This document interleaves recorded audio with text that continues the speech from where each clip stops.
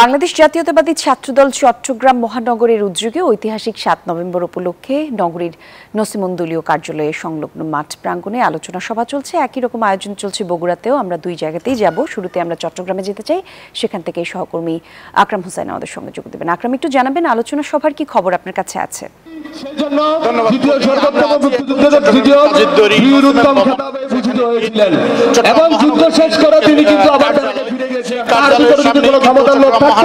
তিনি কিন্তু ক্ষমতার স্বাদ গ্রহণ করতেন, তিনি কিন্তু তার আগে ফিরে যেতেন না। কিন্তু আমরা বর্তমানে দেখেছি কি 24 জুলাই বিপ্লব আলোচনা সময় নেতৃত্ব দিয়েছে, তারা কিন্তু ঘরে ফিরে যায়নি।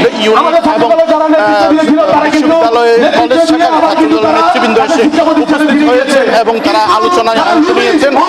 এই আলোচনায় প্রধান অতিথি হিসেবে উপস্থিত ছিলেন বিএনপির সহ সাংগঠনিক সম্পাদক ব্যারিস্টার মীর মোহাম্মদ হেলাল উদ্দিন এবং বিশেষ আলোচক হিসেবে উপস্থিত আছেন প্রিমিয়ার বিশ্ববিদ্যালয়ের উপাচার্য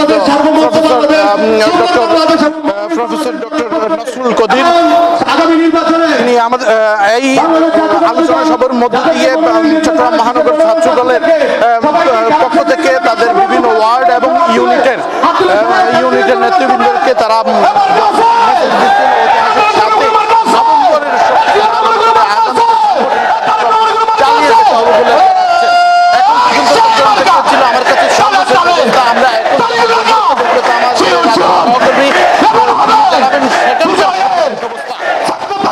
সরকার পরিচালনা করা, এই তিনটা ক্ষেত্রে সফল হয়েছিলেন তিনি। বগুড়া জেলা বিএনপির উদ্যোগে শহরের শহীদ চিঠি মিলনায়তনে কিছুক্ষণ আগে আলোচনা শুরু হয়েছে। সবাই প্রধান আলোচক হিসেবে উপস্থিত হয়েছেন বিএনপি মিডিয়া আহ্বায়ক বিশিষ্ট চিকিৎসক অধ্যাপক ডাক্তার মওদুদ হোসেন আলমগীর। সবাই সভাপতি এই কারণে তার মাত্র 3.5 বছরে রাষ্ট্র পরিচালনার মাহবুব রহমান, সময়টুকু তালুকদার, বাংলাদেশের ইতিহাসে প্রফেসর কাউসার হাসান, বগুড়া প্রেস ক্লাবের সভাপতি রেজাউল হাসান রানু সহ জেলা বিএনপি এবং অঙ্গ সহযোগী সংগঠনের নেতা কর্মীরা কিন্তু আজকের এই আলোচনা সভায় অংশ নিয়েছেন।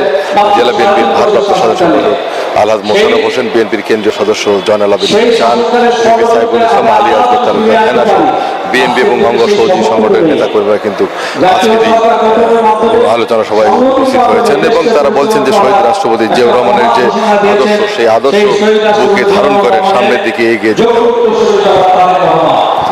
আগামী দিনে যে রাষ্ট্র নির্মাণ, সেই রাষ্ট্র বিনির্মাণ, শহীদ রাষ্ট্রপতি জিয়াউর রহমানের যে আদর্শ, সেই আদর্শ প্রজন্মের মাঝে ছড়িয়ে দেওয়ার জন্য আহ্বান জানানো হয়েছে। আজকের এই আলোচনার এই ছিল বগুড়া সর্বশেষ।